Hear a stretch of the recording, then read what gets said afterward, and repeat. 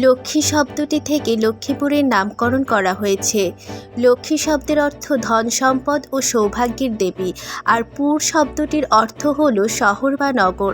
লক্ষ্মীপুরের অর্থ হল সম্পদ ও সমৃদ্ধ শহর বা সৌভাগ্যের নগরী।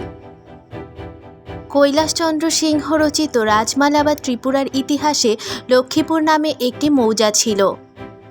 অন্য মতে লক্ষ্মীদাহ পরগনা নামক একটি পরগনা থেকে লক্ষ্মীপুরের নামকরণ করা হয়েছে। সুরেশচন্দ্র মজুমদার তার রাজপুরুষ যোগী বংশ নামক গবেষণামূলক গ্রন্থে লিখেছেন, দালাল বাজারের জমিদার রাজা গৌরকিশোর রায় চৌধুরীর বংশের প্রথম পুরুষের নাম লক্ষ্মীনারায়ণ রায় এবং রাজা গৌরকিশোরের স্ত্রীর নাম লক্ষ্মীপ্রিয়া। ঐতিহাসিকদের কেউ কেউ মনে করেন লক্ষ্মীনারায়ণ রায় বা লক্ষ্মীপ্রিয়ার নামানুসারে লক্ষ্মীপুরের নামকরণ করা হয়েছিল। লক্ষ্মীপুরের প্রাচীন নাম হল লক্ষ্মীদহ। দহ শব্দের অর্থ বদ্ধ জলাশয় বা বিশাল পুকুর। এখানে একটি বিশাল আকৃতির বদ্ধ জলাশয় ছিল, যেখানে প্রচুর মাছ পাওয়া যেত। মৎস্য আহরণ করে এলাকাবাসী প্রচুর অর্থ আয় করত, তাই এ অঞ্চলের নাম লক্ষ্মীপুর।